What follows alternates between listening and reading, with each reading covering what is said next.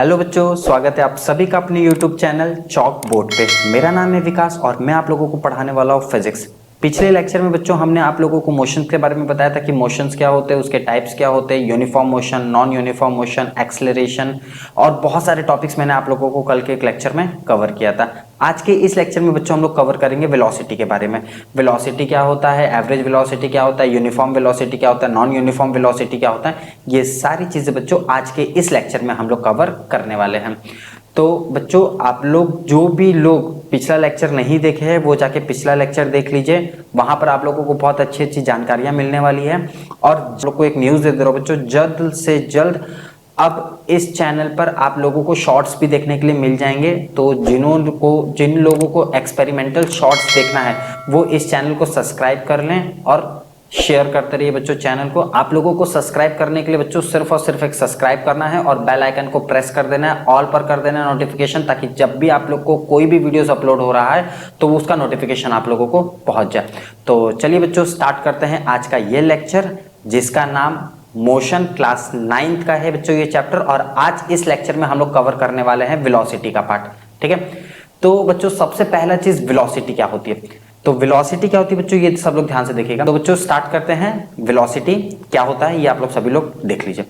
Velocity of a body is distance travel by it per unit time in the given direction is known as velocity. जब भी किसी direction की अगर बात करें, ठीक है बच्चों, तो एक बात याद रखिएगा बच्चों, वेलोसिटी में डायरेक्शन का काम बहुत होता है।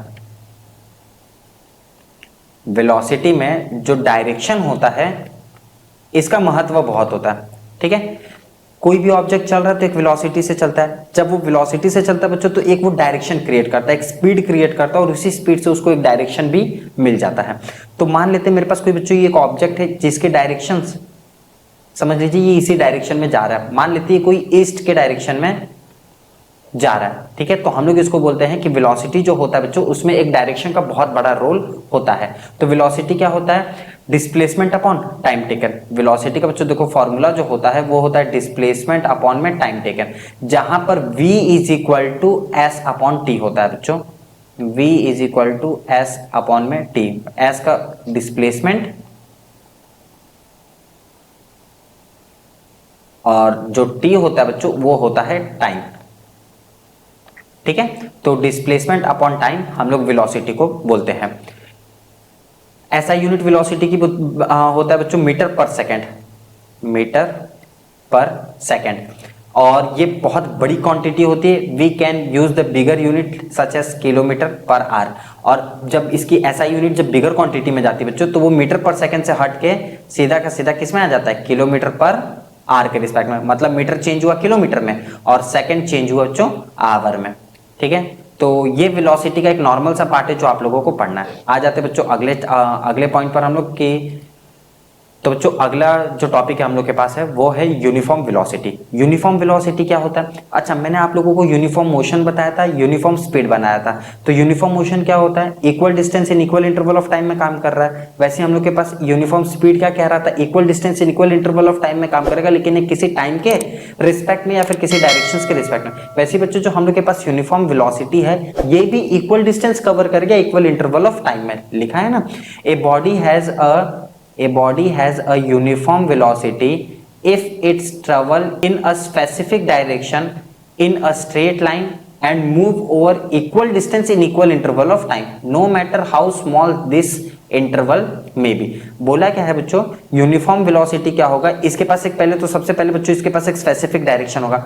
मान लेते हैं मेरे पास कोई एक ऑब्जेक्ट है और ये ऑब्जेक्ट एक स्पेसिफिक डायरेक्शन में दौड़ रहा है। मतलब अगर ईस्ट में दौड़ रहा है तो वो सिर्फ और सिर्फ बच्चों किस में दौड़ेगा, ईस्ट में ही दौड़ेगा।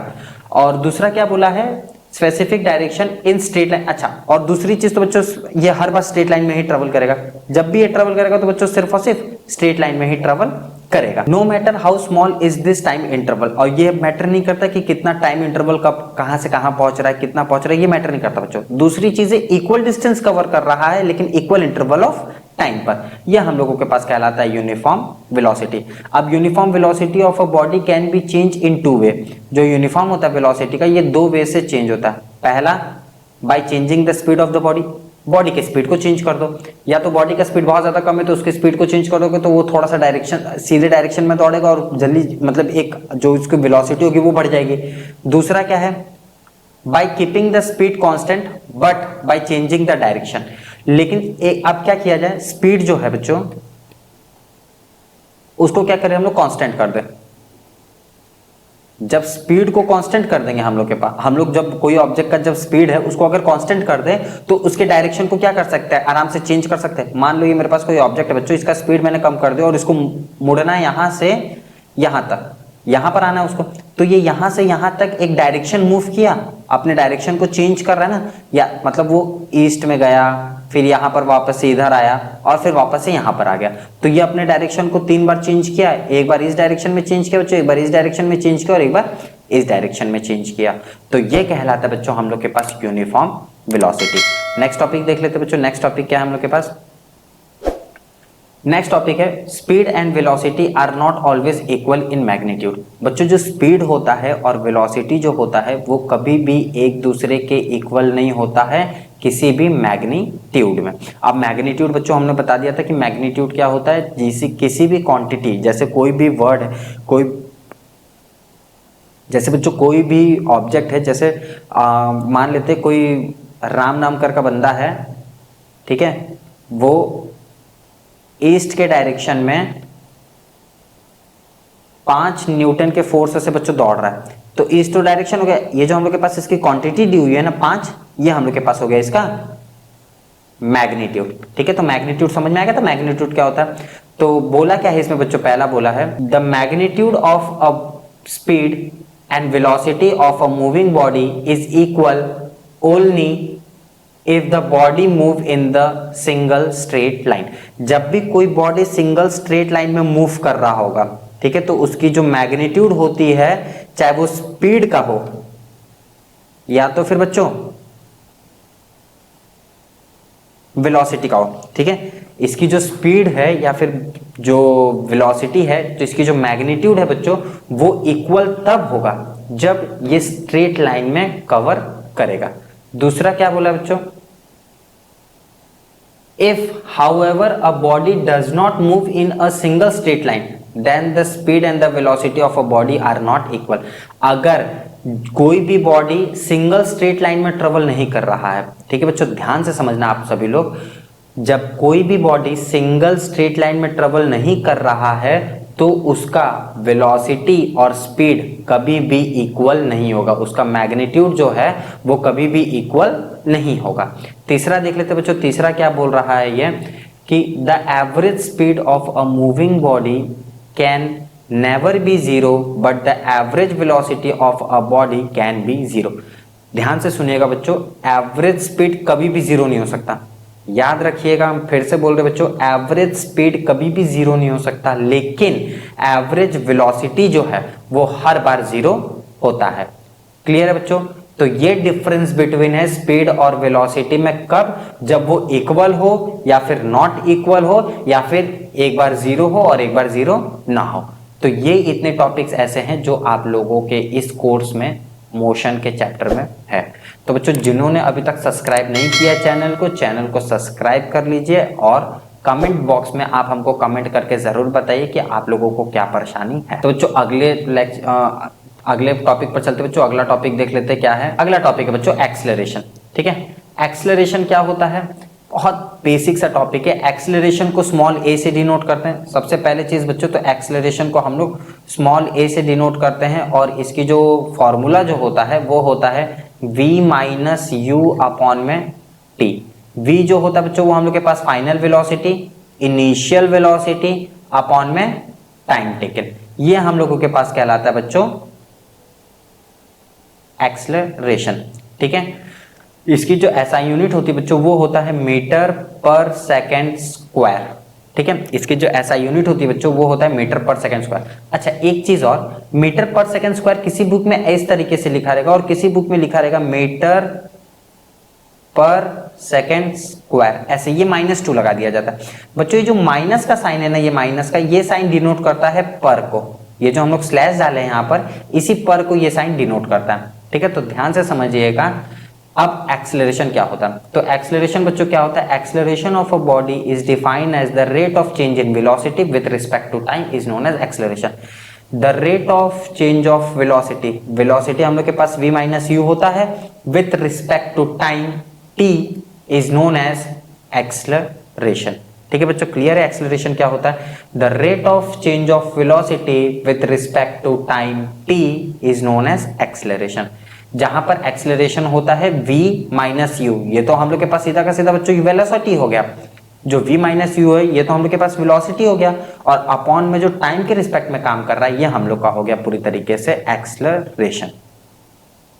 Where a is the acceleration of a body, v is the final velocity of a body, u is the initial velocity of a body, and t is the time taken change in velocity. The SI unit of velocity is meter per second square. वो भी मैंने बता दिया कि SI unit जो होता है velocity का वो होता है बच्चों मीटर पर second square. When a body is moving with uniform velocity, its acceleration will be 0.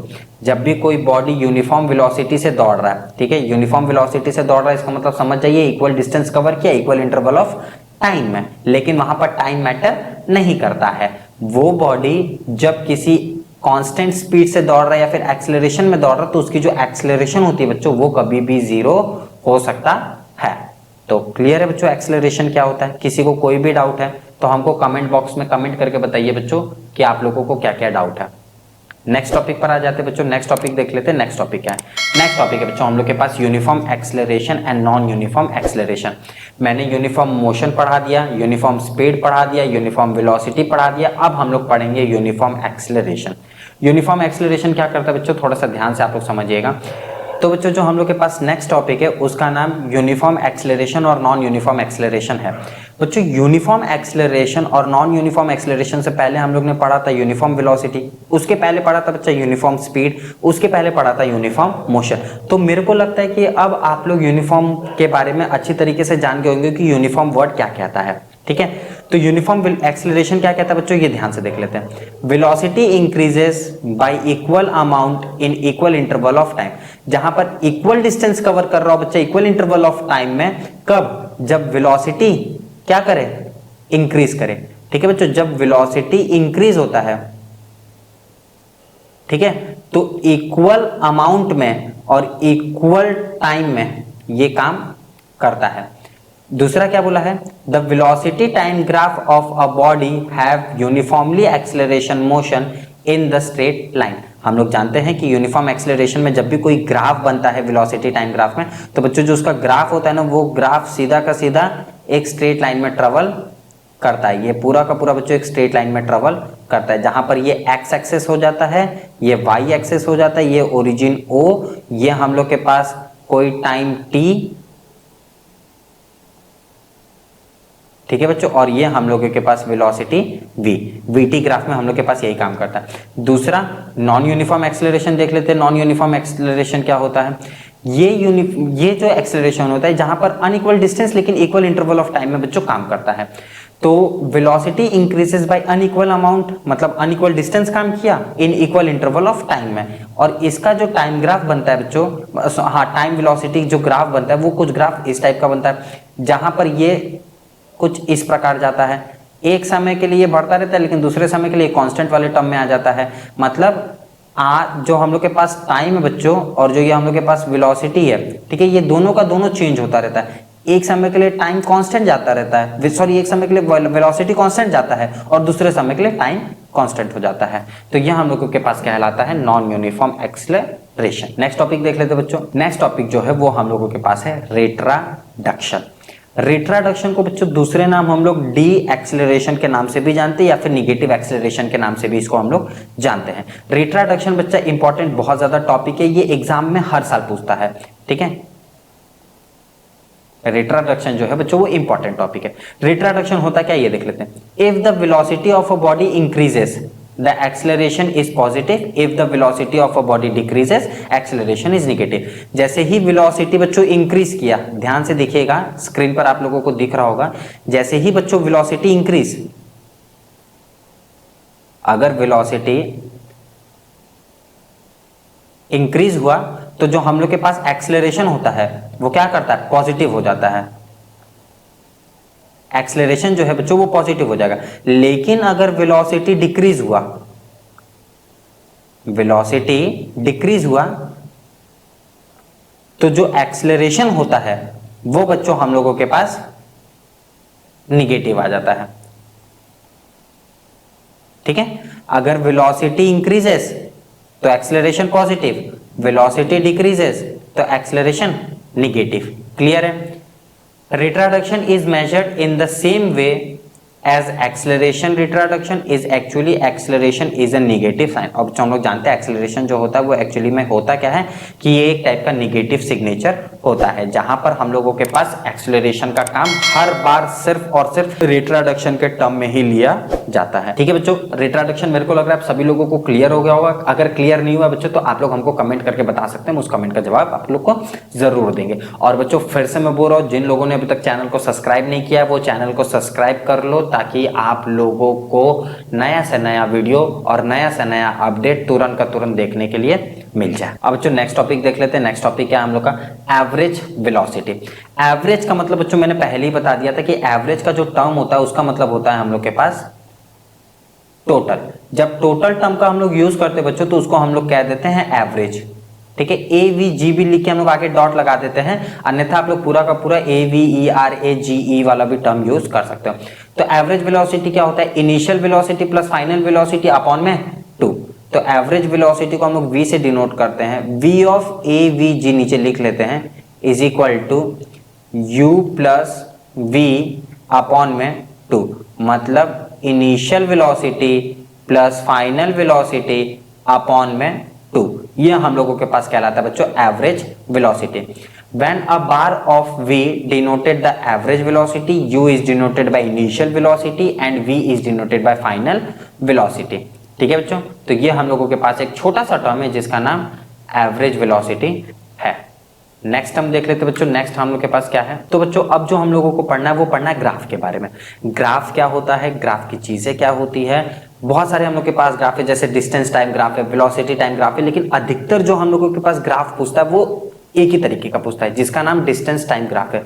अब बच्चा डिस्टेंस टाइम ग्राफ जो होता है वो 3 तरीके का होता है, एक यूनिफॉर्म, दूसरा नॉन यूनिफॉर्म और तीसरा स्टेशनरी। स्टेशनरी को हम लोग रेस्ट के नाम से भी जानते हैं। ठीक है बच्चों, तो चलते हैं हम लोग देख लेते हैं कि डिस्टेंस टाइम ग्राफ और डिस्टेंस टाइम ग्राफ में जो 3 पार्ट होते हैं वो कौन से होते हैं। जैसे सबसे पहला बच्चों जो हम लोग के पास डिस्टेंस टाइम ग्राफ में काम करेगा, मैं कलर चेंज कर लूं। हाँ, तो बच्चों जो डिस्टेंस टाइम ग्राफ में काम करेगा, जैसे ये वाला बच्चों जो है ये रेस्ट के लिए है, रेस्ट मतलब स्टेशनरी, ये स्टेशनरी के लिए काम करेगा। ये वाला बच्चों जो है ये हम लोगों के लिए यूनिफॉर्म के लिए काम करेगा, ये यूनिफॉर्म के लिए काम करेगा। ठीक है, ये वाला जो है बच्चों ये हम लोग के पास नॉन यूनिफॉर्म के लिए काम करेगा, नॉन यूनिफॉर्म। ठीक है, तो ये ऐसी ऐसी चीजें बच्चों जो हम लोगों को काम करेगा इसी वाले चीजों में।